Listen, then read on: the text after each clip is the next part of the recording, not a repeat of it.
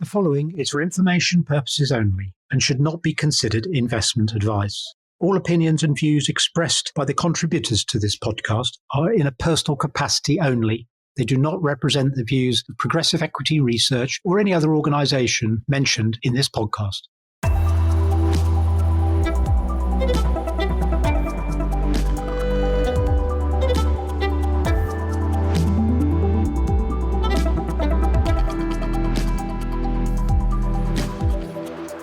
Okay, Friday the 21st of February. Welcome back, Jeremy. Hi, Gareth. Good to be here. Yeah, another interesting week for the world, for President Trump, for markets, for lots of people. So how have you looked back on this past week? I'd be interested to get your take on all of those things. Well, it's worth considering that yesterday marked Trump's first month back in the White House. We're just 1 month in. It's what everyone has been talking about. And, I think to sort of put it in summary, following Vice President Vance sort of basically telling Europe to get its house in order, Trump then bypassed European leaders and Ukraine at the peace talks that were established in Saudi Arabia, where it was made quite clear that in addition to a peace settlement in Ukraine, there were wider discussions of mutual economic interest being discussed. And it is, in my opinion, probably not a coincidence that the gathering took place in Riyadh. So basically, present in the room were the three largest oil producers in the world.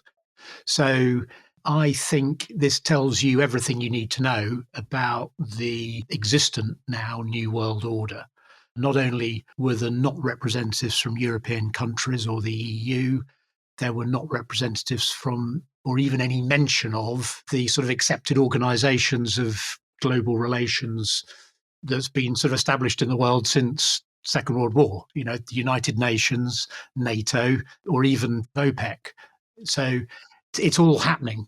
It really is. And I remember for a long time now, I've worried whether the UK would manage to keep its seat on the United Nations Security Council. Doesn't really matter anymore, does it? I'm just going to say, I've stopped worrying about it. The UN has just been clearly eclipsed in the global world order. So you're absolutely right. It's the US, it's the Saudis, it's the Russians, and soon it'll be the Chinese into that equation. Yes, exactly. I think, it's being replaced by the projection of power of strong men acting in their economic and strategic self-interests. Absolutely right.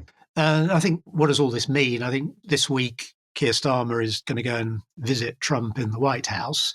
And I would say this is pretty monumental. I think it's career defining for him, for Starmer.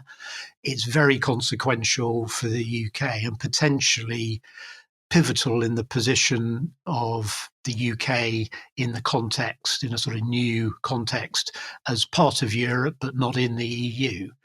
We know Trump doesn't like the EU, and maybe Remainers would say it's not up to him if we'd rather be in it or out of it. And I'd have to agree with that, really. It's up to us, up to the UK.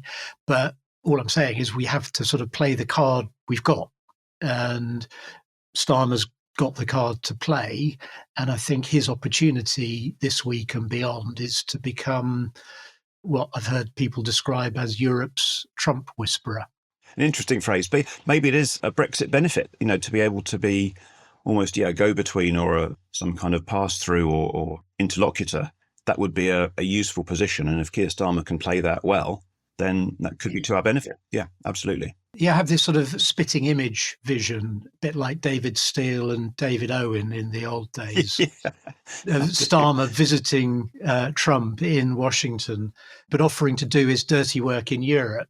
But I think effectively that is the name of the game, that he's got to go there, he's got to make offerings, he's got to tell him about how he's going to increase defence spending, he's going to tell him that whatever your plans are, that we can agree that for peace in Europe, we will play the pivotal role in making sure it happens. And you can trust us to do this. Not only are we outside the EU, but Starmer has got a strong, whatever we think of it, he's got a strong electoral mandate and he's got a secure position for the next 3.5, 4 years. So he can be of great value to Trump in this regard, I think. this time next week we'll be able to to discuss the results, which I'm sure Trump will have told us all over Twitter by then. So we'll know. But what it seems to me is sort of on this bigger picture, and you mentioned China earlier, it just seems to me that Trump wants to sort the Ukraine problem just in the way he wants to sort the Gaza problem. He wants them sorted as soon as possible because he wants to focus on the main event. And for him, the main event is the strongman showdown with China. That's where we're headed next in a sort of geopolitical sense.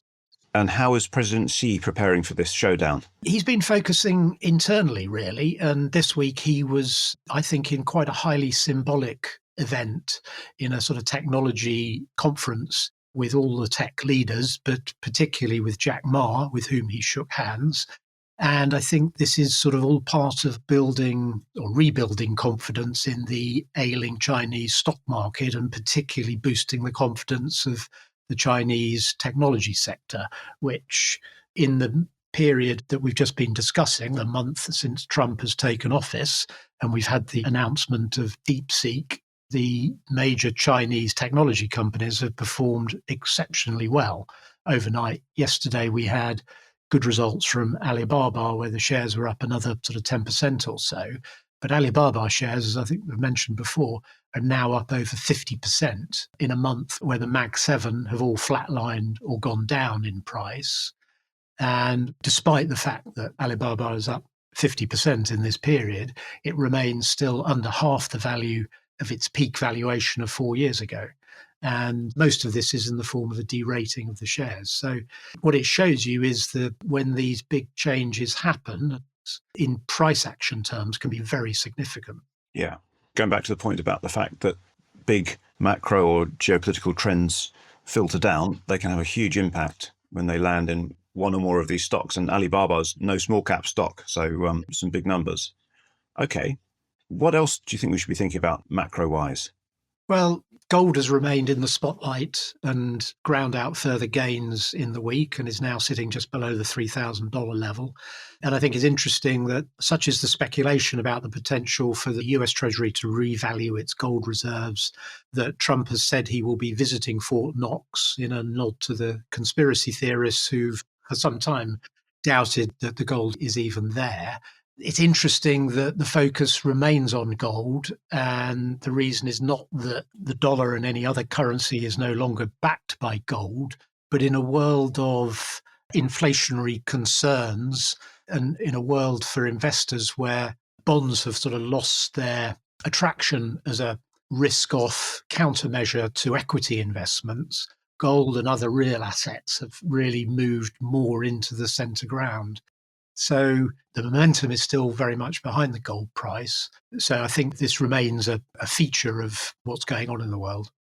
And we can't possibly stop talking about the macro landscape without mentioning Japan with a 4% inflation rate. Surely that's worthy of mention. Yeah, the inflation rate for January in Japan came in way above what I was expecting last week.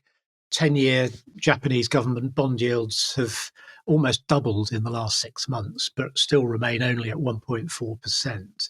The yen is trading in relatively narrow range still. So this is all being contained, but I would argue still remains, given the level of indebtedness in Japan and the degree to which interest rates still need to go significantly higher from here. This remains a very significant potential source of financial instability for the world, which we had a sort of glimpse of back in July last year. But at the moment, it doesn't seem to be on people's radar screen. Yeah. If that inflation rate stays there or, heaven forbid, goes up, then interest rates have to go up a lot to bring that back to where it needs to be, which is going to cause problems domestically and with the carry trade. So there's with the carry trade, we then find out the extent to which these low rates are being used to finance all number of other things in the rest of the world. Yeah, some worrying numbers, but we'll keep an eye on them. Okay, good. Turning to the UK, we should probably have a bit of a chat about some of the more domestic matters going on.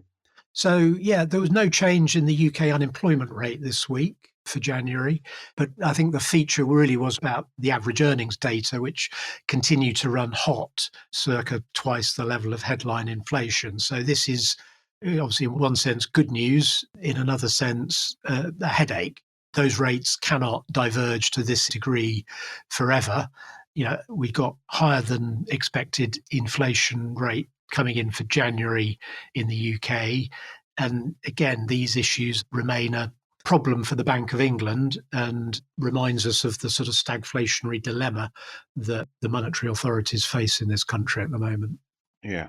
By way of a reminder, the Bank of England has said for a while now that the path to lower price pressure would be a bumpy one, and that near-term inflation could reach the order of sort of 3.7% by this summer.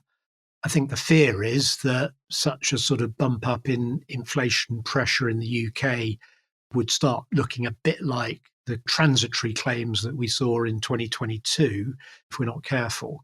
And at the very least, all this is going to obviously act as a bit of a brake on the speed at which the UK can cut rates, which critically impacts the activity in the economy. Amidst all this morning we had UK retail sales for January were up 1% versus an expected 0.6%. So, a mixed picture, but one that I would say tends to suggest that rates are not going to come down quite as quickly as perhaps we thought a week or so ago. No. What about you? What have you been looking at in the UK this week? So stock-wise, it's been a pretty busy week actually for progressive clients, but we've had quite a few clients reporting, and it's been a pretty mixed picture, to be honest. We had some cautious comments from Through Vision and Zoo, and then some more positive news from other clients. So Through Vision, which is a provider of effectively intelligent cameras to scan for items which are hidden on people's bodies, they had a shortfall across the board. There was a warning. In particular, they said they'd seen pressure in their customs division where they're helping customs clients scan for contraband, but they've had delays getting projects to the finishing line. And also Zoo Digital, who are involved in subtitling and dubbing for TV and film content. They've also seen difficulties closing deals or getting projects to the finish line across a number of different markets. They've been trying to recover from the US writers and actors strike. It's been a long road to recovery, and what we heard from Zoo this week has suggested that that road's probably a bit longer and more difficult than we previously expected. On a more positive note, we had a slightly encouraging update actually from Oxford Metrics Group, which is a motion and measurement business. At their AGM, they said they'd got off to a good start for FY25, so some positive news from them, and very upbeat comments from both Springfield and Beeks. Springfield, which is a Scottish house builder, they said they'd sold a pretty major parcel of land to Barratt Redrow, which allowed them to significantly reduce their level of net debt. So some positive news there, and what seems to be some pretty good activity in their underlying market. So very upbeat update from Springfield along with their results. And Beeks have announced that they've added the Mexican stock exchange, which brings them to 4 in terms of tier 1 customers for their exchange offering. A very, very positive update from them. They gave a nice trading update at the same time, but a very good contract win coming through this week. So a mixed picture, some quite difficult announcements, but also some very good news. And how are things looking macro-wise for next week in terms of the diary?